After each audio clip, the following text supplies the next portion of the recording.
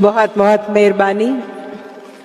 मुहम्मद सिंह आज़ाद नगर ਦੇ ਵਿੱਚ जुड़े ਅੱਜ ਦੇ 31ਵੇਂ ਮੇਲੇ ਸਾਮਰਾਜੀ ਅਤੇ ਫਿਰਕੂ ਫਾਸ਼ੀਵਾਦ ਦੇ ਹੱਲੇ ਦੇ ਖਿਲਾਫ ਜੂਝ ਦੀਆਂ ਲਹਿਰਾਂ ਨੂੰ ਸਮਰਪਿਤ ਯੋਧਿਆਂ ਦੀ ਯਾਦ ਨੂੰ ਮਨਾਉਂਦੇ ਹੋਏ ਇਸ ਮੇਲੇ ਵਿੱਚ जुड़े ਸਾਰੇ ਸਾਥੀਆਂ ਨੂੰ ਮੇਰਾ सलाम मेरा खास तौर पे देश भगत यादगार कमेटी नूं भी जिन्हें ये सारा समागम संजोया ते सानू मौका दिता साडे लोकां नूं सानू सब नूं कि इस जिहड़ा वड्डे हल्ले विचों असीं निकल रहे हाँ उहदे विच असीं मिल बैठिए ते सिर जोड़ के बैठिए समझण दी कोशिश करिए ते हल कढिए कि असी इस जिल्लण विचों किवें निकलना है। मैनू लगता है कि अज सवेर तो जिन्ने भी बुलारे साडे सामने आए झंडे दी रस्म होई झंडे दा ओपेरा होया गीत होए दीवान सजे संगीत होया इस थां दे जर्रे जर्रे विचों इत्थे बिताया एक एक पल सानू इंस्पायर कर रहा है सानू प्रेरित कीता है उन्हें सोचण लई ते इस अपनी जिहड़ी साडी विरासत है साडी अपनी विरासत जिन्हें सानू लड़ना सिखाया है जूझना सिखाया है ते आज़ाद सिर रख के अपने मोढियां ते जीना सिखाया है उस विरासत ते बार बार फखर होंदा है ते अज इस मेले दे विच शामिल होके मैं बहुत अमीर महसूस कर रही हाँ तुहाडे सारियां दे नाल मिल के ते मैनू पता है कि तुसी भी उसे तरह ही महसूस कर रहे हो। साडे साथियों ने कहा है कि ये मेला सिर जोड़ के बैठण दा भी वेला है ते असीं जानते हैं कि सिर अपने आप विच एक खतरनाक चीज़ हो चुकी है। तुसी हुणे हुणे ही सुनिया होएगा कि किवें G N. Sai Baba professor G N. Sai Baba दी बेल दी अर्जी दे उत्ते जदों सुप्रीम कोर्ट दे विच बहस चल रही सी ते मानयोग जज साहब ने भी कहा कि सिर बड़ी खतरनाक चीज है। He said brain is a very dangerous thing। और सिर खतरनाक ने ते इस करके सानू हालांकि उन्होंने कहा कि मैं ये गल साईं बाबा दे नाल नहीं जोड़ रहा पर सिर खतरनाक होंदे ने ते हो सकते ने ते यही खतरनाक सिर जड़े ने ये सानू जोड़ने पैणगे क्योंकि असी हुण एक ऐसी थां ते पहुंच चुके हैं जिथे वो सारिया चीज़ां भी जड़ियां सिर होन जहन होन पोइट्री होवे ख्याल होन ख्याल वो सब भी अपराध दे घेरे विच आ चुके ने। उमर खालिद दी बेल दी अर्जी दे वक्त भी जज साहब ने यही कहा कि इन्हां दे विच जिहड़ा जहन है वो किधर नू जा रहा है यदी पड़ताल करनी जरूरी है कि वो उकसा रहा है लोगों नू या वो किस किस्म की गल कर रहा है। ये बदलिया होया वक्त है साडे विचों बहुत सारे लोग है तो उन्होंने याद भी होएगा कि 70वें दे विच या लेट 60s दे विच जदों हिंदुस्तान दे अंदर एक इनकलाबी लहर चल रही सी उदों भी साडे बहुत सारे पोएट्स दे उत्ते लिखारियां दे उत्ते खास करके आंध्रा दे विच इस तरह के मुकदमे सरकार ने चलाए सी ते क्या सी ए लिटरेरी क्राइम कर रहा है ए जड़ा है ए लिखारी जड़ा है जुर्म कर रहा है लिखण दा ए भी क्या सी कि ए जड़ा है ए ज़हनी नक्सली है ए जहन तो अपना बदलाव लब रहा है पर उस वेले जदों मुकदमे पेश होए ते जजा ने वो सारिया चीज़ां बार मारिया सन चुक के ये कहते हुए कि ये कोई संविधानिक जड़ियां ने ये तारामा नहीं हन। अर्बन नक्सल कोई संविधानिक कैटेगरी नहीं है पर अज असी देखते हैं कि अर्बन नक्सल जड़ा है वो किस तरह कोर्ट दे विच भी पूरा पूरा शामिल है और बहुत सारे लोगों नू जेल दियां सिलाखां दे पिछे ही डके रहन दे विच पूरी पूरी मदद कर रहा है।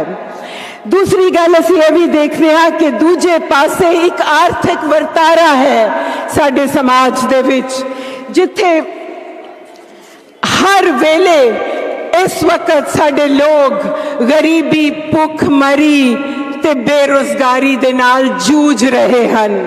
मैनू आंकड़े दसन की लोड़ नहीं, पर एक आंकड़ा इस वेले जिहड़ा साडे सामने आया है दिल दहलान वाला है, ते खास करके उस थां दे उत्ते जिथों दे लोग ओह जिहा संताप भुगत चुके हैं, वह है खुदकशी का data. National crimes record bureau का नवा डेटा आया है जिसने दसिया है कि पिछले साल 2020-21 का जिहदे विच सुसाइड का डेटा है, खुदकशियां का डेटा है, सब तो वड्डी गिनती डेली दिहाड़ीदार मजदूर दी है। पिछले एक साल दे विच 42,000 दिहाड़ीदार मजदूरां ने खुदकशी कीती है। 42,000 मजदूर जेड़े 25% कुल एक तबका सब तो वड्डा है जड़ियां कुल खुदकशियां जड़ियां हिंदुस्तान दे विच होइयां ने उन्हां दा 1/4 है। 42,000 मतलब 115 मजदूर, दिहाड़ीदार मजदूर इकल्ले खुदकुशियां कर गए हन।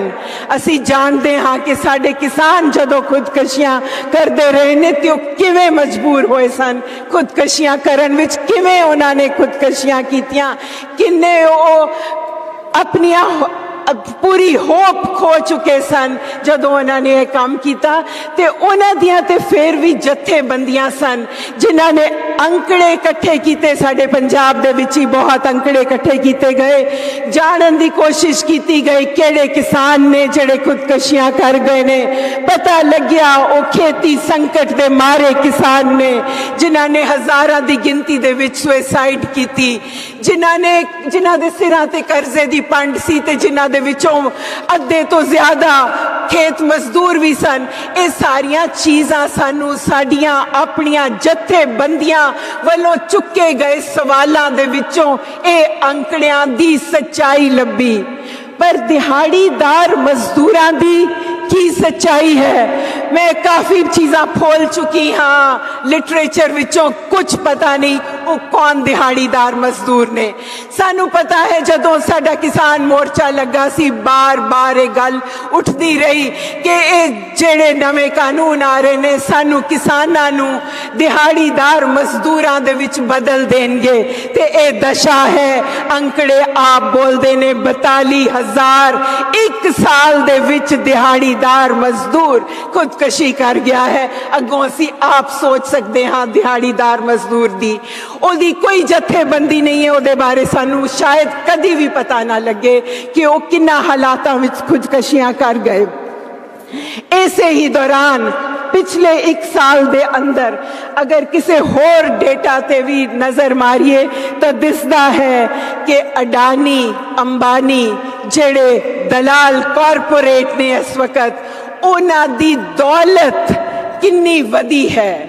10 lakh crore is Adanis personal wealth, ओदी निजी संपत्ति। अंबानी दी 7 लाख करोड़ निजी संपत्ति। पंजाब ते हरियाणा जे दोवां दी जीडीपी मिला ली जाए, हरियाणा दी जीडीपी 9 लाख, पंजाब दी 6 लाख। ये सिर्फ दो कॉरपोरेट दलालां दी निजी संपत्ति पंजाब ते हरियाणा दी कुल आय तो किते ज्यादा है। ते असी सोच सकते हाँ कि एक की ताकत है, एक ही वर्तारा है, एक ही वर्तारा है जिदे विच दलालां दी पूंजी इन्नी वधदी जांदी है ते गरीब दी रत निचोड़ लई जांदी है। एक यह वर्तारा है ते असी जानते हाँ कि ए नव उदारवादी ए न्यो लिबरल वर्तारा है जेड़ा साडे उत्ते थोपिया होया है। साम्राजी लुट ते ओदे एजेंटां दे वलों पूरी लुट दी एक जेड़ा सिस्टम है ओ साडे देश दे उत्ते ते होर सारियां थावां ते काबज है। नव उदारवादी एक जे सेंटेंस विच कहना होए ते की नीति है?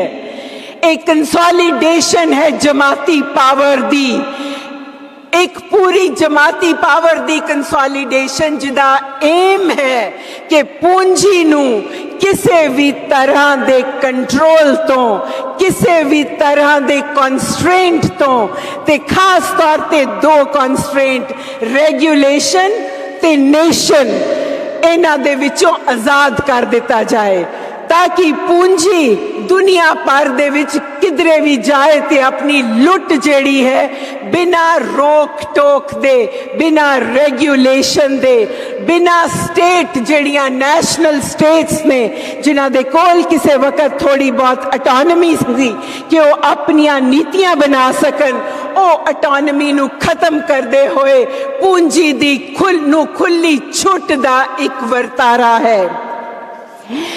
जिन्हों असी चंगी तरह कई बारी तुसी सुन चुके हो, समझ चुके हो, अच्छी तरह जानते हो, LPG, लिबरलाइजेशन, प्राइवेटाइजेशन, ग्लोबलाइजेशन, ये एक वर्तारा है जिन्हें पूंजी नू पूरी खुल दे दिती है। ते इसे दी ही असी कड़ी देखते हाँ जदों अंबानी ते अडानी दी अन्नी दौलत दी गल होंदी है। असी चंगी तरह आर्थिक लुट नू समझ चुके हैं, पर दोस्तों जेड़ा नव उदारवादी जेड़ा न्यू लिबरल सिस्टम है वो खाली आर्थिक वर्तारा नहीं है, वो सोशल, वो समाजिक, सभ्याचारक ते सियासी वर्तारा भी है। वो एक ऐसा वर्तारा है जेड़ा ना बराबरी दे लई समाज दे विच पूरी पूरी सहमति बनांदा है।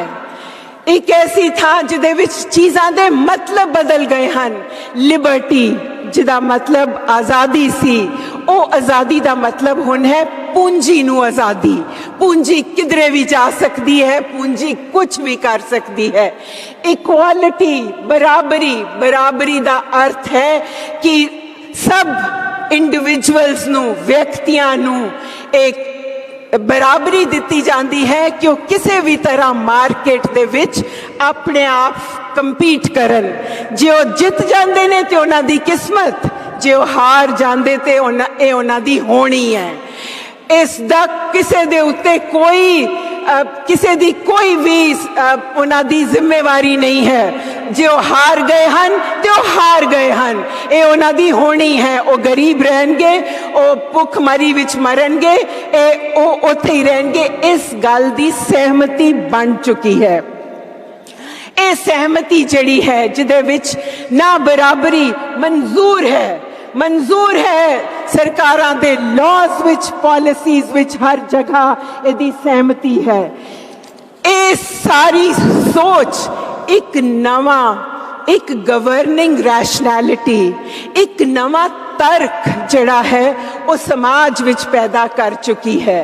ते ये नवा तर्क जड़ा है इस समाज दियां रगां दे विच बहन लग पिया है। वो किधरे भी थां बनांदा होया वड़ जांदा है। ते अज साडे सारे अदारियां दे उत्ते काबज है, भावें वो बैंक होन, स्कूल होन, कॉलेज होन, यूनिवर्सिटियां होन या कोई भी अदारे होन। अज साडियां यूनिवर्सिटियां इस करके नहीं जानियां जांदियां कि उथों किन्ने ज़हीन रोशन दिमाग निकले। अज वो जानियां जांदियां हन रैंकिंग तो, किसी यूनिवर्सिटी दी किन्नी रैंकिंग है और वो रैंकिंग दे म्यार की ने कि वो किन्ना पैसा कमा रही है। साडे बैंक जाने नहीं जानते कि वो किन्नी सेवा कर रहे हैं, बैंक जाने जानते हैं मुनाफियां तो। ये सारी सोच, ये पूरी सोच दा गलबा पूरे समाज दे विच अंदरों ही अंदर फैल चुका है। ये जड़ा फैलिया है, जड़ी अंदर वड़ चुका है, एदे विच जड़ी स्टेट है, जड़ी पूरी स्टेट पैदा होंदी है, वो एक डेमोक्रेटाइज्ड स्टेट है। वो जमहूरीयत विहूणी स्टेट है। वो स्टेट दे विच लोकां दा, समूहां दा, गलबात दा, डिलिबरेशन दी कोई महत्ता नहीं रही। वो एक डेमोक्रेटाइज्ड स्टेट है जिस दे विच पूंजी ते स्टेट दी नेड़ता है। एक अनप्रेसिडेंटेड अलायंस है जड़ा कि असी ਆਪ ਦੇਖ ਰਹੇ ਹਾਂ, ਸਾਡੇ ਗੀਤਾਂ ਦੇ ਵਿੱਚ ਆਇਆ ਹੈ, ਸਾਡੇ ਕਿਸਾਨ ਅੰਦੋਲਨ ਵਿੱਚ ਆਇਆ ਸੀ, ਜਦੋਂ ਸਿੱਧਾ ਸਿੱਧਾ ਦੇਖਿਆ ਗਿਆ ਕਿ ਕੀ ਨੇੜਤਾ ਹੈ, ਕੀ ਜੁੜਾਅ ਹੈ ਸਰਕਾਰ ਦੇ 3 ਕਾਨੂੰਨਾਂ ਦਾ ਤੇ ਅਡਾਨੀ ਦੀ ਵੱਧਦੀ ਹੋਈ ਪੂੰਜੀ ਦਾ। ਉਹ ਕੀ ਜੁੜਾਅ ਹੈ, ਔਰ ਇਹ ਜੁੜਾਅ ਹੀ ਇਸ ਦੌਰ ਦੀ ਸਭ ਤੋਂ ਖਾਸੀਅਤ ਹੈ। ਇਸ ਦੌਰ ਦਾ ਇੱਕ ਪੱਖ ਹੈ ਜਿਹਦੇ ਵਿੱਚ ਸਿੱਧੀ ਅਲਾਇੰਸ ਹੈ। ਇਸ ਦੇ ਨਾਲ ਹੀ ਸਿੱਧਾ ਅਲਾਇੰਸ ਹੈ ਪੂੰਜੀ ਦਾ, ਸਿਆਸਤ ਦੇ ਵਿੱਚ ਦਖਲ ਦਾ। ਪੂਰੀ ਤਰ੍ਹਾਂ ਸਟੇਟ ਪੂੰਜੀ ਦੀ ਦਖਲ ਨਾਲ ਚਲਦੀ ਹੈ। ਸਭ ਤੋਂ ਵੱਡਾ ਉਦਾਹਰਨ ਹੈ ਇਸ ਵਕਤ ਜਿਹੜੇ ਇਲੈਕਟੋਰਲ ਬੌਂਡ ਸਰਕਾਰ ਨੇ ਨਿਕਾਲੇ ਨੇ, ਜਿਹਦੇ ਵਿੱਚੋਂ ਉਹ ਬਹੁਤ ਸਾਰੇ ਪੈਸੇ ਜਮਾ ਕਰਦੇ ਨੇ ਕਿ ਉਹ ਪੋਲੀਟੀਕਲ ਪਾਰਟੀ ਨੂੰ ਜਾਣਗੇ, ਤੇ ਕਾਨੂੰਨ ਦੇ ਮੁਤਾਬਕ ਸਰਕਾਰ ਨੇ ਇਲੈਕਟੋਰਲ ਬੌਂਡਸ ਜਾਰੀ ਕੀਤੇ ਜਾਂਦੇ ਨੇ, ਤੇ ਫਿਰ ਉਹਦੀ ਸਾਰੀ ਦੀ ਸਾਰੀ ਰਕਮ ਪੋਲੀਟੀਕਲ ਪਾਰਟੀਆਂ ਨੂੰ ਜਾਂਦੀ ਹੈ ਉਹਨਾਂ ਨੂੰ ਫੰਡ ਕਰਨ ਲਈ। ਉਹ ਕੀ ਵਰਤਾਰਾ ਹੈ? ਉਹ ਇੱਕ ਛੁਪਿਆ ਹੋਇਆ ਵਰਤਾਰਾ ਹੈ ਜਿਹਦੇ ਵਿੱਚ ਕੋਈ ਟ੍ਰਾਂਸਪੇਰੈਂਸੀ ਨਹੀਂ, ਪਰ ਕੁਝ ਲੋਕਾਂ ਦੀ ਜਿਹੜੀ ਬਹੁਤ ਜਰਨਲਿਜ਼ਮ ਨਾਲ, RTI ਦੇ ਨਾਲ ਅੰਕੜੇ ਲਗਾ ਕੇ ਦੇਖਿਆ ਗਿਆ ਹੈ ਕਿ 2017 ਵਿੱਚੋਂ ਜਦੋਂ ਫਾਈਨੈਂਸ ਬਿੱਲ ਦੀ ਪਾਸ ਹੋਣ ਦੇ ਨਾਲ ਇਲੈਕਟੋਰਲ ਬੌਂਡਸ ਜਾਰੀ ਕੀਤੇ ਗਏ, ਉਦੋਂ ਤੋਂ ਲੈ ਕੇ 2021 ਤੱਕ 6000 ਕਰੋੜ ਜਿਹੜਾ ਪੈਸਾ ਹੈ ਕਾਰਪੋਰੇਟਾਂ ਨੇ, ਤੇ ਜਿਹਦੇ ਵਿੱਚ ਸ਼ਾਇਦ ਇਹ ਗੱਲ ਸਾਰਿਆਂ ਨੂੰ ਨਹੀਂ ਵੀ ਪਤਾ, ਜਿਹਦੇ ਵਿੱਚ ਬਾਹਰ ਦੀਆਂ ਮਲਟੀਨੈਸ਼ਨਲ ਕਾਰਪੋਰੇਸ਼ਨਸ ਵੀ ਸ਼ਾਮਲ ਹਨ। ਉਹ ਭਾਰਤ ਦੀਆਂ ਇਲੈਕਟੋਰਲ ਪਾਰਟੀਆਂ ਨੂੰ ਫੰਡ ਦਿੰਦੀਆਂ ਹਨ ਇਹਨਾਂ ਇਲੈਕਟੋਰਲ ਬੌਂਡਾਂ ਦੇ ਜ਼ਰੀਏ। 6000 ਕਰੋੜ ਰੁਪਇਆ ਪਿਛਲੇ 3 ਸਾਲ ਦੇ ਵਿੱਚ ਹਿੰਦੁਸਤਾਨ ਦੀਆਂ ਪੋਲੀਟੀਕਲ ਪਾਰਟੀਆਂ ਨੂੰ ਇੱਥੋਂ ਦੀ ਕਾਰਪੋਰੇਟ ਤੇ ਬਾਹਰ ਦੇ ਕਾਰਪੋਰੇਟ ਘਰਾਣਿਆਂ ਨੇ ਦਿੱਤਾ ਹੈ, ਜਿਹਦੇ ਵਿੱਚੋਂ 4 ਕਰੋੜ 3/4 ਤੋਂ ਵੀ ਵੱਡਾ ਹਿੱਸਾ ਜਿਹੜਾ ਹੈ ਉਹ ਇੱਕ ਪਾਰਟੀ ਨੂੰ ਮਿਲਿਆ ਹੈ। ਤੇ ਮੈਨੂੰ ਦੱਸਣ ਦੀ ਲੋੜ ਨਹੀਂ ਕਿ ਉਹ ਪਾਰਟੀ ਕਿਹੜੀ ਹੈ। ਭਾਰਤੀ ਜਨਤਾ ਪਾਰਟੀ ਨੂੰ 4000 ਕਰੋੜ ਤੋਂ ਜ਼ਿਆਦਾ ਇਲੈਕਟੋਰਲ ਬੌਂਡਸ ਦੇ ਵਿੱਚੋਂ ਡੋਨੇਸ਼ਨ ਮਿਲੀ ਹੈ। ਇਹ ਸਿਸਟਮ ਜਿਹਦੇ ਵਿੱਚ ਜਿਸਨੂੰ ਨਿਓ ਲਿਬਰਲ ਜਿਹੜੇ ਇਕੋਨੋਮਿਸਟ ਨੇ ਉਹ ਆਪ ਕਹਿੰਦੇ ਨੇ ਕਿ ਇਹ ਪੋਲੀਟੀਕਲ ਮਾਰਕੀਟ ਪਲੇਸ ਹੈ, ਇਹ ਆਰਥਿਕ ਇਹ ਬਾਜ਼ਾਰ ਹੈ, ਇਹ ਸਿਆਸੀ ਬਾਜ਼ਾਰ ਹੈ ਜਿਹਦੇ ਵਿੱਚ ਅਮੀਰ ਲੋਕ ਸੱਟਾ ਲਗਾ ਰਹੇ ਹਨ। ਬੌਂਡਸ ਦੀ ਪੈਸਿਆਂ ਦੇ ਨਾਲ ਉਹ ਇੱਥੇ ਪੈਸਾ ਸੁੱਟ ਰਹੇ ਹਨ ਪਾਰਟੀਆਂ ਨੂੰ, ਤਾਂ ਕਿ ਪਾਰਟੀਆਂ ਉਹਨਾਂ ਦਾ ਜਿਹੜਾ ਏਜੰਡਾ ਹੈ ਉਹਨੂੰ ਹੋਰ ਅੱਗੇ ਲਿਜਾਣ। ਔਰ ਅਸੀਂ ਉਹ ਦੇਖ ਰਹੇ ਹਾਂ ਕਿ ਉਹ ਪਾਰਟੀਆਂ ਉਹ ਏਜੰਡੇ ਕਿਵੇਂ ਅੱਗੇ ਲਿਜਾ ਰਹੀਆਂ ਹਨ, ਕਿਉਂਕਿ ਇਲੈਕਸ਼ਨਾਂ ਇਸ ਜਿਹੜਾ ਸਿਸਟਮ ਹੈ ਜਿਹਨੂੰ ਪੋਲੀਟੀਕਲ ਮਾਰਕੀਟ ਪਲੇਸ ਕਿਹਾ ਜਾਂਦਾ ਹੈ, ਜਿਹਨੂੰ ਸਿਆਸੀ ਬਾਜ਼ਾਰ ਕਿਹਾ ਜਾਂਦਾ ਹੈ, ਸੱਚਮੁੱਚ ਦੀ ਭਾਸ਼ਾ ਵਿੱਚ ਉਹਦੇ ਵਿੱਚ ਉਹ ਪੈਸਾ ਲਗਾ ਰਹੀਆਂ ਹਨ ਤੇ ਪੋਲੀਟੀਕਲ ਪਾਰਟੀਆਂ ਜਨਤਾ ਨੂੰ ਲੁਭਾਉਣ ਵਾਸਤੇ ਉਹਦੇ ਵਿੱਚ ਹੋਰ ਚੀਜ਼ਾਂ ਸੁੱਟ ਰਹੀਆਂ ਹਨ, ਇਹ ਦਿਆਂਗੇ ਉਹ ਦਿਆਂਗੇ, ਤੇ ਉਹਦੇ ਨਾਲ ਉਹ ਇਲੈਕਸ਼ਨਾਂ ਜਿੱਤਦੀਆਂ ਹਨ। ਸਾਨੂੰ ਸਮਝਣਾ ਪਏਗਾ ਕਿ ਇਹ ਸਿਸਟਮ ਰਿਗ ਹੋ ਚੁੱਕਿਆ ਹੈ, ਇਹ ਸਿਸਟਮ ਪੂਰੀ ਤਰ੍ਹਾਂ ਰਿਗ ਹੋ ਗਿਆ ਹੈ। ਇਸ ਸਿਸਟਮ ਦੇ ਵਿੱਚ ਜਿਹੜੀ ਸਾਡੇ ਨੂੰ ਕਿਹਾ ਜਾਂਦਾ ਹੈ ਕਿ ਤੁਹਾਨੂੰ ਹੱਕ ਹੈ ਜਿਹਨੂੰ ਮਰਜ਼ੀ ਚੁਣ ਲਓ, ਛੋਟੀਆਂ ਦੂਰ ਜਾਣ ਦੀ ਲੋੜ ਨਹੀਂ, ਸਾਹਮਣੇ ਦਿਸ ਰਿਹਾ ਹੈ ਕਿ ਇਹ ਸਿਸਟਮ ਸਾਨੂੰ ਕਿਵੇਂ ਠੱਗ ਕੇ ਲੈ ਗਿਆ ਹੈ। ਔਰ ਇਹ ਠੱਗੀ ਜਿਹੜੀ ਹੈ ਇਹ ਪੂਰੀ ਦਿਸ ਰਹੀ ਹੈ, ਨਾ ਬਰਾਬਰੀ ਵਿੱਚ ਨਾ ਇਨਸਾਫੀ ਦੇ ਵਿੱਚ। ਇਸ ਸਾਰੀ ਠੱਗੀ ਨੂੰ ਅੱਗੇ ਲਿਜਾਣ ਵਾਸਤੇ, ਇਸ ਸਾਰੀ ਠੱਗੀ ਨੂੰ ਹੋਰ ਵਧਾਉਣ ਵਾਸਤੇ, ਕਾਰਪੋਰੇਟਾਂ ਦੇ ਮੁਨਾਫੇ ਸਾਮਰਾਜੀ ਲੁੱਟ ਨੂੰ ਹੋਰ ਤਗੜੇ ਕਰਨ ਲਈ ਸਾਡੀ ਸਟੇਟ ਕੀ ਕਰਦੀ ਹੈ? ਸਾਡੀ ਸਟੇਟ ਇਲੈਕਸ਼ਨਾਂ ਤੋਂ ਜਿੱਤੀ ਹੋਈ ਸਰਕਾਰ ऐसे कानून बनाती है, ਉਹ ਹੋਰ ਤੇ ਹੋਰ ਪਾਵਰਫੁਲ ਹੁੰਦੀ ਜਾ ਰਹੀ ਹੈ।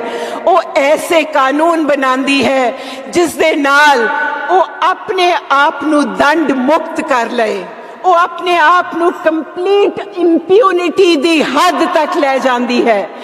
ਅੱਜ ਅਗਰ ਅਸੀਂ ਕਾਲੇ ਕਾਨੂੰਨ ਜਿਨ੍ਹਾਂ ਨੂੰ ਕਿਹਾ ਜਾਂਦਾ ਹੈ, ਐਕਸਟਰਾਆਰਡੀਨਰੀ ਲਾਜ਼, ਅਗਰ ਉਹਨਾਂ ਦੇ ਵੱਲ ਝਾਤ ਮਾਰੀਏ, ਇੰਨਾ ਮੇਰੇ ਕੋਲ ਵਕਤ ਨਹੀਂ, ਕਿਸੇ ਹੋਰ ਵੇਲੇ ਗੱਲ ਕਰਾਂਗੇ ਜੇ ਇੱਕ ਇੱਕ ਕਾਨੂੰਨ UAPA, ਮਕੋਕਾ, ਕਕੋਕਾ, NSA, PSA, ਹਰ ਕਿਸਮ ਦੇ ਛੱਤੀਸਗੜ੍ਹ ਦੇ ਵਿੱਚ ਸਪੈਸ਼ਲ ਲਾਜ਼, ਕਸ਼ਮੀਰ ਦੇ ਵਿੱਚ ਲਾਏ ਗਏ ਸਪੈਸ਼ਲ ਲਾ, ਹਰ ਲਾ ਜਿਹੜਾ ਹੈ ਉਹ ਸਟੇਟ ਨੂੰ ਵੱਧ ਤੋਂ ਵੱਧ ਤਾਕਤ ਦੇ ਰਿਹਾ ਹੈ ਕਿ ਉਹ ਕਿਸੇ ਵੀ ਵਿਅਕਤੀ ਨੂੰ, ਕਿਸੇ ਵੀ ਜਥੇਬੰਦੀ ਨੂੰ, ਕਿਸੇ ਵੀ ਸਮੂਹ ਨੂੰ ਟੈਰਰਿਸਟ ਕਹਿ ਕੇ ਉਹਨਾਂ ਨੂੰ ਅੰਦਰ ਕਰ ਦੇਣ ਤੇ ਉਹਨਾਂ ਦੀ ਕੋਈ ਜਵਾਬਦੇਹੀ ਨਹੀਂ, ਕੋਈ ਜਵਾਬਦੇਹੀ ਨਹੀਂ, ਉਹਨਾਂ ਨੂੰ ਨਹੀਂ ਦੱਸਣਾ ਪੈਂਦਾ।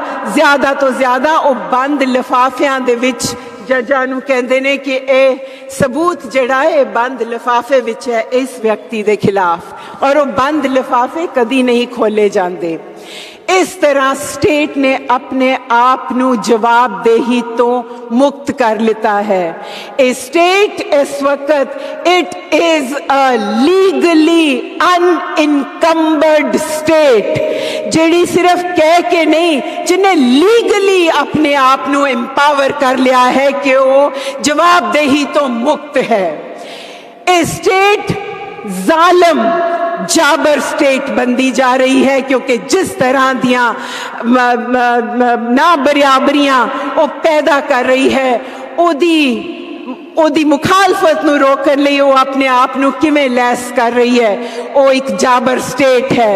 वो जदों चाहे आफरीन फातिमा दा घर बुलडोजर नाल ढा देंदी है। वो चाहे ते साडे लोकां नूं जेड़े पब्लिक इंटलैक्चुअल हैं, जिन्हां ने सारी जिंदगी लोकां दे लेखे लाई है, बिना मुकदमे उन्हां नूं जेलां च डक सकती है ते मरन लई छड्ड सकती है। असी स्टैन स्वामी नूं जान देंदे होए वेख्या। असी अपने पांडू नरोते नूं जेड़े जीएन साईं बाबा दे 6वें साथी सन, 32-34 साल दे नौजवान नूं डेंगू दे नाल जेल दे विच मरदे देखिया। ये जालिम स्टेट है जिन्हें ना कि उन्हां नूं बंद किया बल्कि उन्हां दी जाना लईयां, और जान ते फिर भी ओदी कोई जवाबदेही नहीं है। ये ओ स्टेट है ਜਿਹੜੀ हर तरीके नाल जिहड़ी कहा जाता है कि स्टेट जिहड़ी है उन्हें सब कुछ हुण बाजार ते छड्ड दिता है। स्टेट आप कहती है कि बाजार अपने आप सब इक्वलाइजर है, बाजार ही नौकरियां पैदा करेगा, बाजार ही जिहड़े गलत काम कर रहे ने उन्हां नूं रोक देगा। स्टेट दा काम ते सिर्फ थोड़ी लॉ एंड ऑर्डर देखना, डिफेंस देखना है। इस सरासर कोरा झूठ है। स्टेट हर खिते दे विच प्रेजेंट है। स्टेट प्रेजेंट है ਜਿਹੜੀ पूंजी दी लुट है उन्होंने फैसिलिटेट करन वास्ते। स्टेट नवे बाजार सिरज रही है। स्टेट जिहड़ी है वो लेबर मार्केट दे उत्ते पूरा कब्जा कर रही है। किसान 3 खेती कानून जदों 2019 दे सितंबर दे विच पास होए, उहदे नाल ही थानू याद होएगा कि मजदूरां लई जिहड़े ने वो लेबर कोड बने। वो लेबर कोड की हन? वो मजदूर मंडी नू खोलन लई हन। वो मजदूरां दे उत्तों मजदूरां दे चिरां तो जिहड़े उन्हां ने हक जिते होए सन उन्हां दा मलिया मेट करन लई वो कोड लिआंदे गए ताकि पूंजी मजदूर दी लुट पूरी तरह कर सके। और उन्होंने की गया लेबर मार्केट रिफॉर्म है। साडी स्टेट इस वक्त जमीना दी मार्केट क्रिएट कर रही है, लैंड मार्केट क्रिएट कर रही है, जिन्हों डिजिटल इंडिया दे बड़ी ताड़ियां मारियां जा रही ने कि हिंदुस्तान इन्नी वड्डी डिजिटल पावर हो गया है कि ओ हिंदुस्तान दा जर्रा जर्रा जमीन दा नाप लेगा। जर्रा जर्रा जमीन दा नाप लेगा ते समझ जाइए इस लई नहीं कि थानू जदों जरा जरा नप जाएगा ते थोड़ियां जड़ियां जमीनां ने क्लीयरली थोड़े नावां ते हो जाणगियां, क्लीयरली उन्हां दी ओनरशिप हो जाएगी, ताकि ਉਹ ਜ਼ਮੀਨਾਂ ਕਿਸ ਤਰ੍ਹਾਂ ਐਕਵਾਇਰ ਕਰ ਲਿੱਤੀਆਂ ਜਾਣ, ਉਹਨਾਂ ਦੇ ਉੱਤੇ ਕਬਜ਼ਾ ਪੂੰਜੀ ਦਾ ਕਿਵੇਂ ਆਸਾਨ ਕੀਤਾ ਜਾਏ। ਜੇ ਜ਼ਰਾ ਜ਼ਰਾ ਮਾਪਿਆ ਹੋਏਗਾ ਤਾਂ ਹੀ ਤਾਂ ਉਹ ਲੈਂਡ ਬਲੌਕ ਬਣਨਗੇ ਜਿਨ੍ਹਾਂ ਨੂੰ ਖਰੀਦਿਆ ਵੇਚਿਆ ਜਾ ਸਕਦਾ ਹੈ ਬਾਜ਼ਾਰ ਵਿੱਚ। ਤੇ ਸਟੇਟ ਲੈਂਡ ਮਾਰਕੀਟ ਕ੍ਰੀਏਟ ਕਰ ਰਹੀ ਹੈ, ਜਿਹੜਾ ਕਿ ਲੈਂਡ ਇਸ ਵਕਤ ਸਭ ਤੋਂ ਵੱਡਾ ਮੰਨਿਆ ਜਾ ਰਿਹਾ ਹੈ ਕਿ ਰਿਸੋਰਸ ਹੈ। ਇਸੇ ਤਰ੍ਹਾਂ ਖਣਿਜਾਂ ਦੀ ਮੰਡੀ, ਇਸੇ ਤਰ੍ਹਾਂ ਪਬਲਿਕ ਸੈਕਟਰ ਨੂੰ ਵੇਚਣ ਦੀ ਨੈਸ਼ਨਲ ਮੋਨੇਟਾਈਜੇਸ਼ਨ ਪਾਈਪਲਾਈਨ ਜਿਹੜਾ ਸਟੇਟ ਨੇ ਕੀਤੀ, ਤਾਂ ਕਿ ਕਿਸ ਤਰ੍ਹਾਂ ਜਿਹੜੇ ਸਾਡੀ ਪਬਲਿਕ ਸੈਕਟਰ ਯੂਨਿਟਸ ਨੇ ਉਹਨਾਂ ਨੂੰ ਕੌਡੀਆਂ ਦੇ ਭਾਅ ਜਿਹੜਾ ਹੈ ਪ੍ਰਾਈਵੇਟ ਸੈਕਟਰ ਨੂੰ ਸੌਂਪ ਦਿੱਤਾ ਜਾਏ। ਇਹ ਸਾਰਾ ਕੁਝ ਸਟੇਟ ਦੀ एक्टिव इन्वॉल्वमेंट दे नाल पार्लियामेंट नू यूज करके जिहड़ी उत्थे पार्लियामेंट दे विच अपनी वड्डी मेजॉरिटी है जिहड़ी लित्ती गई है, इस सिस्टम नू रिग करके ओदा फायदा उठांदे होए स्टेट ने पूरे साडियां जिंदगियां दे उत्ते कब्जा कर लिता है। ते इहदे नाल ही ਇਹ ਜ਼ਾਲਮ ਸਟੇਟ, ਰਿਪਰੈਸਿਵ ਸਟੇਟ, ਇਹ ਦਲਾਲ ਸਟੇਟ ਇੱਕ ਹੋਰ ਕੰਮ ਪੂਰੀ ਮੁਸਤੈਦੀ ਨਾਲ ਕਰ ਰਹੀ ਹੈ। ਉਹ ਕੰਮ ਹੈ ਲੋਕਾਂ ਦਾ ਏਕਾ ਤੋੜਨਾ, ਸੋਲੀਡੈਰਿਟੀ ਸਮੈਸ਼ਿੰਗ। ਇਹ ਨਿਓ ਲਿਬਰਲ ਜਿਹੜਾ ਸਿਸਟਮ ਹੈ, ਸੋਲੀਡੈਰਿਟੀ ਨੂੰ ਖਤਮ ਕਰਨਾ ਉਹਦਾ ਹਮੇਸ਼ਾ ਤੋਂ ਇੱਕ ਸੁਪਨਾ ਸੀ। ਮਾਰਗਰੇਟ ਥੈਚਰ ਜਦੋਂ ਇੰਗਲੈਂਡ ਦੇ ਵਿੱਚ ਹਕੂਮਤ ਕਰ ਰਹੀ ਸੀ, ਜਿਹਨੂੰ ਮੰਨਿਆ ਜਾਂਦਾ ਹੈ ਕਿ ਉਹ ਨਿਓ ਲਿਬਰਲ ਸਿਸਟਮ ਦੀ ਸਭ ਤੋਂ ਵੱਡੀ ਜਿਹਨੇ ਉਹ ਸ਼ੁਰੂ ਕੀਤਾ ਤੇ ਉਹਨੂੰ ਪੱਕੇ ਪੈਰੀ ਕੀਤਾ, ਉਹਨੇ ਕਿਹਾ ਸੀ ਕਿ ਮੈਂ ਲੇਬਰ ਦੀ ਤਾਕਤ ਤੋੜਨੀ ਹੈ, ਔਰ ਉਹਨੇ ਉਹ ਤੋੜੀ। ਔਰ ਟ੍ਰੇਡ ਯੂਨੀਅਨਾਂ ਨੂੰ ਭੰਗ ਕਰਕੇ ਲੇਬਰ ਦੀ ਤਰੀਕਾ ਖਤਮ ਕਰਕੇ ਕਿ ਕਿਵੇਂ ਉਹ ਹਾਇਰ ਹੁੰਦੀ ਹੈ, ਉਹ ਲੇਬਰ ਤੋੜੀ ਗਈ। ਤੇ ਉਹਦੇ ਬਾਅਦ ਕੋਈ ਯੂਨੀਅਨਾਂ ਨਾ ਬਚੀਆਂ, ਜਥੇਬੰਦੀਆਂ ਨਾ ਬਚੀਆਂ, ਰਹਿ ਗਏ ਇਕੱਲੇ ਵਿਅਕਤੀ। ਤੇ ਮਾਰਗਰੇਟ ਥੈਚਰ ਨੇ ਉਦੋਂ ਕਿਹਾ ਕਿ ਸਮੂਹਕ ਕੁਛ ਨਹੀਂ ਹੁੰਦਾ, there is no collective consciousness, कोई समूहक ज़मीर नहीं होंदी, कोई समूहक आज़ादी नहीं होंदी, no collective liberation, कोई समूहक दयालता नहीं होंदी, कोई समूहक चीज़ नहीं होंदी। सिर्फ आदमी होंदे ने, औरतां होंदियां ने, परिवार होंदे ने ते बाजार होंदा है। ते लोग समूहां तो, कलैक्टिविटी तो, ਸਾਂਝਾਂ ਵਿੱਚ ਰਹਿੰਦੇ ਹੋਏ ਵਿਅਕਤੀਆਂ ਦੇ ਵਿੱਚ ਵੰਡ ਦਿੱਤੇ ਗਏ। ਔਰ ਇਹ ਉਹਨੂੰ ਆਪਣੀ ਪ੍ਰਾਪਤੀ ਦੱਸਦੀ ਹੈ। ਮਾਰਗਰੇਟ ਥੈਚਰ ਦੀਆਂ ਜਿਹੜੀਆਂ ਬਾਇਓਗ੍ਰਾਫੀਜ਼ ਨੇ ਉਹਨਾਂ ਦੇ ਵਿੱਚ ਦਰਜ ਹੈ। ਇਸ ਏਕੇ ਨੂੰ ਤੋੜਨਾ ਸਾਡੀ ਸਰਕਾਰ ਕੀ ਕਰ ਰਹੀ ਹੈ? ਸਾਡੀ ਸਰਕਾਰ ਜਿਹੜੀ ਹੈ ਉਹ ਲੋਕਾਂ ਨੂੰ ਵੰਡ ਰਹੀ ਹੈ। ਉਹ ਇੱਕ ਸਮੂਹਕ ਜ਼ਮੀਰ ਜਿਹੜੀ ਲੋਕਾਂ ਦੀ ਸਮੂਹਕ ਜਿਹੜੇ ਸਾਰੇ ਹਾਲਾਤ ਨੇ ਉਹਨਾਂ ਨੂੰ ਖਤਮ ਕਰ ਰਹੀ ਹੈ। ਅਗਰ ਅਸੀਂ ਅੱਜ ਛੋਟੀ ਜਿਹੀ ਝਾਤ ਮਾਰੀਏ ਕਿ ਜਿਹੜੇ ਸਾਡੇ ਭੀਮਾ ਕੋਰੇਗਾਂਵ ਦੇ ਸਾਥੀ 16 ਸਾਥੀ ਜੇਲ੍ਹਾਂ ਦੇ ਵਿੱਚ ਡੱਕੇ ਹੋਏ ਨੇ, ਉਹਨਾਂ ਦੇ ਵਿੱਚੋਂ ਬਹੁਤ ਸਾਰੇ ਨੇ ਜਿਹੜੇ ਕੋਰੇਗਾਂਵ ਵਿੱਚ ਮੌਜੂਦ ਵੀ ਨਹੀਂ ਸਨ। ਉਹਨਾਂ ਦਾ ਉਸ ਵਕਤ ਜਿਹੜਾ ਭੀਮਾ ਕੋਰੇਗਾਂਵ ਦੇ ਵਿੱਚ ਸਮਾਗਮ ਚੱਲ ਰਿਹਾ ਸੀ ਉਹਦੇ ਨਾਲ ਕੁਝ ਲੈਣਾ ਦੇਣਾ ਨਹੀਂ, ਫਿਰ ਵੀ ਉਹ ਭੀਮਾ ਕੋਰੇਗਾਂਵ ਦੇ ਕੇਸ ਦੇ ਵਿੱਚ ਐਜ਼ ਕਨਸਪੀਰੇਟਰ ਕਿਉਂ ਬੰਦ ਨੇ?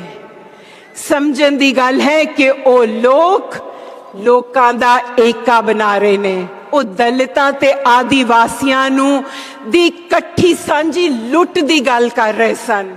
ਉਹ ਦੇਖ ਸਕਦੇ ਸਨ ਕਿ ਔਰਤਾਂ ਦੀ, ਆਦੀਵਾਸੀਆਂ ਦੀ, ਦਲਿਤਾਂ ਦੀ, ਕਿਸਾਨਾਂ ਦੀ, ਮਜ਼ਦੂਰਾਂ ਦੀ ਵੱਖ-ਵੱਖ ਥਾਂ ਤੇ ਇਕੱਲਿਆਂ ਕਿਵੇਂ ਲੁੱਟ ਹੁੰਦੀ ਹੈ ਤੇ ਉਹ ਕੱਲੇ ਛੱਡ ਦਿੱਤੇ ਜਾਂਦੇ ਹਨ ਸੈਕਸ਼ਨ ਬਾਏ ਸੈਕਸ਼ਨ ਆਪਣੀ ਲੁੱਟ ਨਾਲ ਲੜਨ ਲਈ।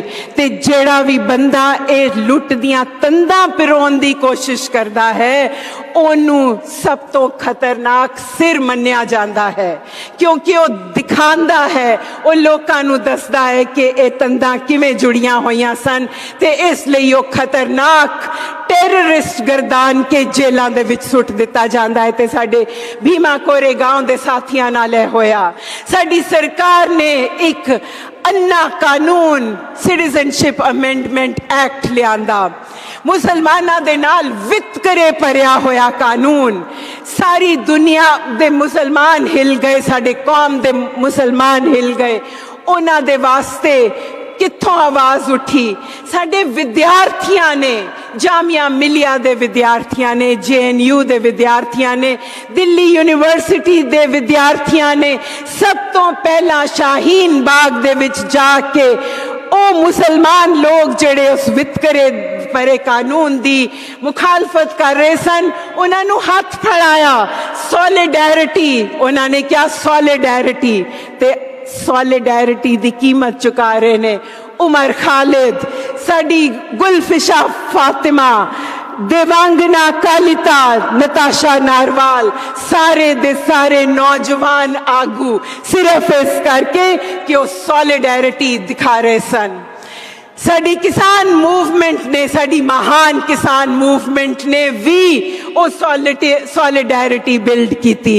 साडियां प्रोटेस्ट स्टेजां तीन चार पांच प्रोटेस्ट स्टेज, भावें वो सिंघू सी, टीकरी सी या गदरी बीबी गुलाब कौर स्टेज सी, वो स्टेज एक थां बनी जिथे अलग अलग लोगों ने वख वख थावां तो आके अपने नाल होंदे जुल्मां दी बात पाई।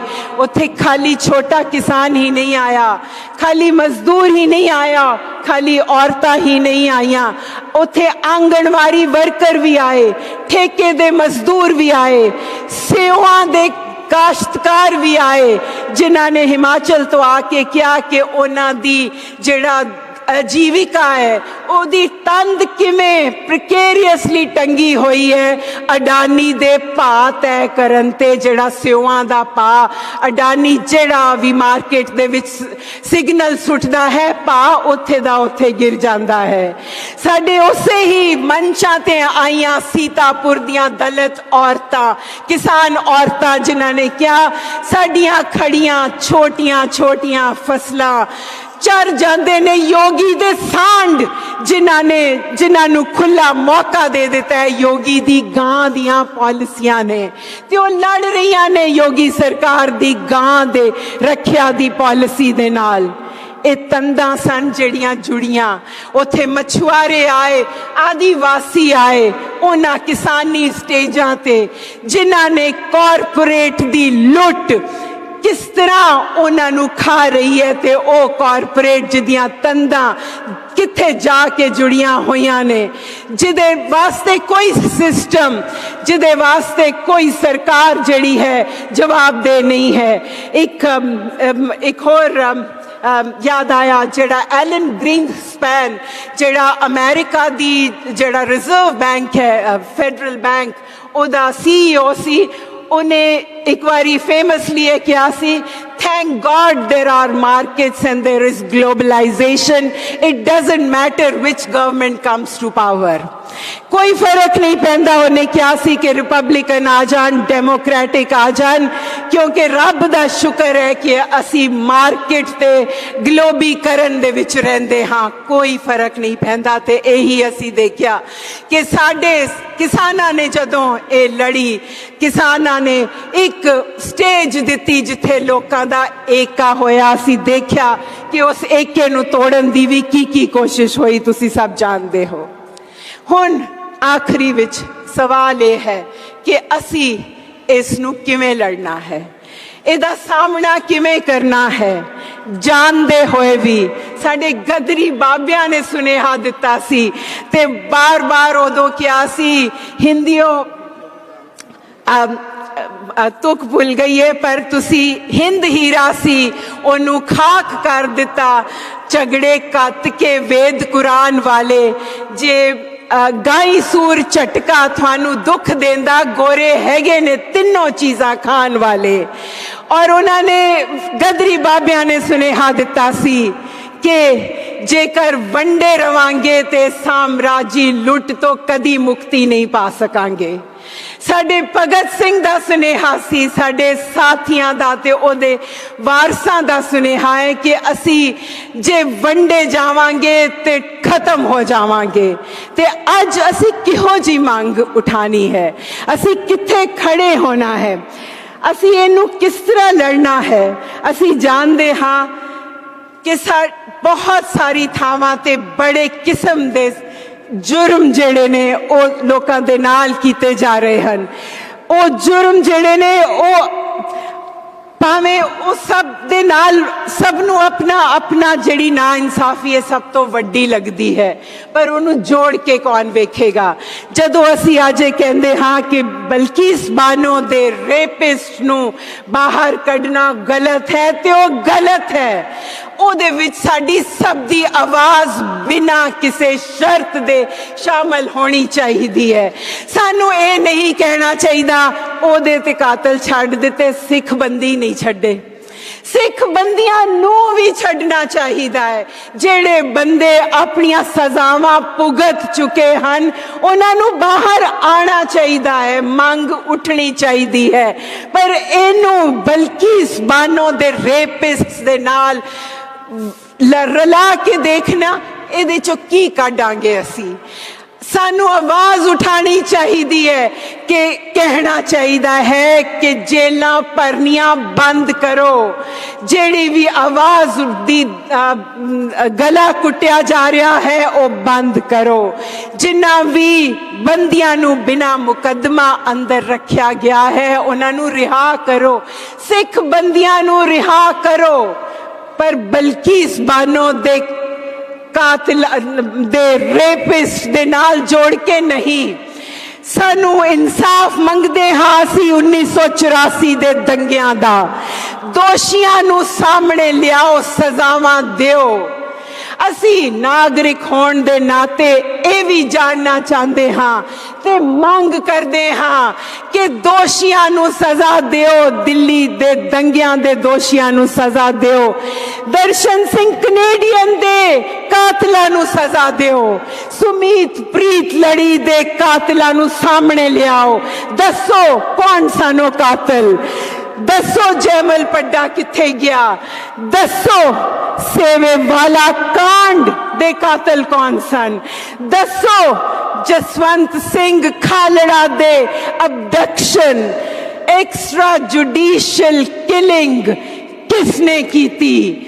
ਸਾਡੇ ਸਾਹਮਣੇ ਤੱਥ ਲਿਆਓ। ਸਾਨੂੰ ਮੰਗ ਕਰਨੀ ਚਾਹੀਦੀ ਹੈ।